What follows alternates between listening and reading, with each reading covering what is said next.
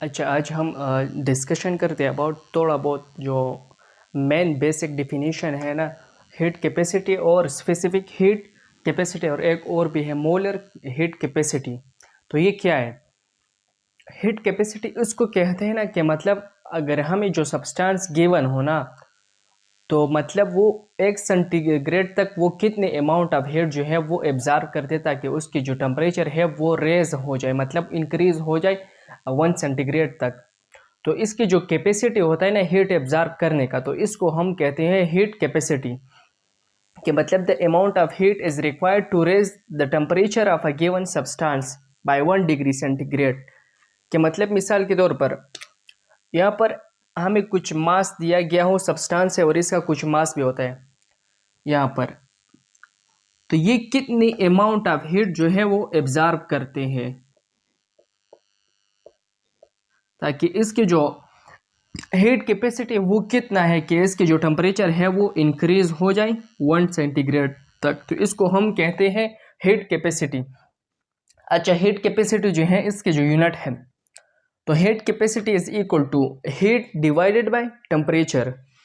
तो इसका जो इक्वेशन आता है, तो हीट का क्या है, हीट तो बराबर है किस चीज़ के, जॉल के बराबर है। असल हीट क्या है, एनर्जी है ना, थर्मल एनर्जी है, तो वो जॉल है। और टेम्परेचर, तो टेम्परेचर का यूनिट क्या है, वो केल्विन है, तो इसके बराबर है हीट। अच्छा, अब है स्पेसिफिक हीट कैपेसिटी, कि मतलब यहाँ पर जो गिवन सब्सटेंस होता है तो इसका कुछ खास ग्राम भी होता है, मतलब कि क्वांटिटी भी दिया गया हो।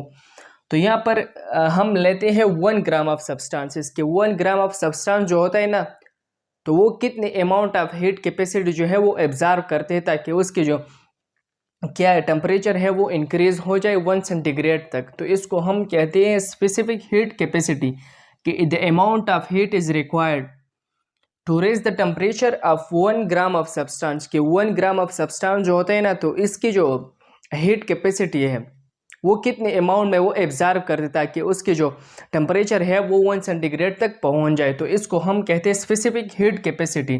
तो उसमें एक बात स्पेसिफिक है कि मतलब यहाँ पर हम स्पेसिफिकली मास लेते हैं, तो यहाँ पर हम मिसाल के तौर पर 1 ग्राम लेते हैं, 1 ग्राम।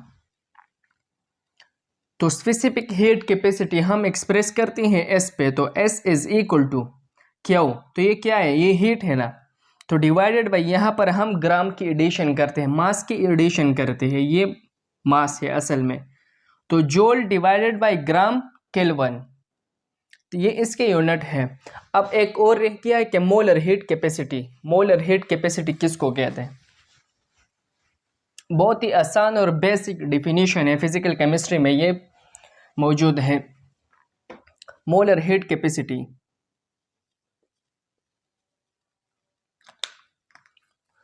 कि मोलर हीट कैपेसिटी किस चीज की बराबर है? मोलर हीट कैपेसिटी इसको कहते हैं कि यहाँ पर 1 मोल ऑफ सब्सटेंस होता है, 1 मोल ऑफ सब्सटेंस,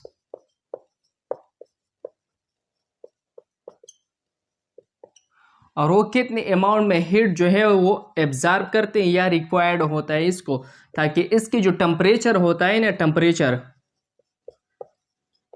वो 1 डिग्री सेंटीग्रेड तक जाए, 1 डिग्री सेंटीग्रेड तक। तो इसको हम कहते हैं मोलर हीट कैपेसिटी। यहाँ पर एडिशन है किस चीज का, 1 मोल का।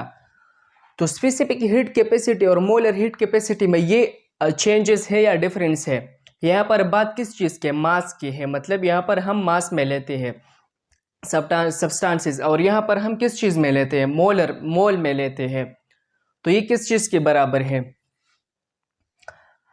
ये बराबर है हीट, और यहाँ पर क्या है, ये नंबर ऑफ मोल्स है, कि molar heat capacity is equal to Q divide Q, और यहाँ पर क्या है, मोल्स है, मोल्स, और डिवाइडेड बाई क्या चीज़, टेम्परेचर।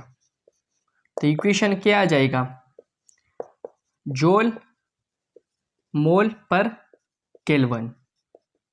तो ये 3 बेसिक डिफिनीशन थे अबाउट द फिजिकल केमिस्ट्री में heat capacity, specific heat capacity और मोलर हीट कैपेसिटी।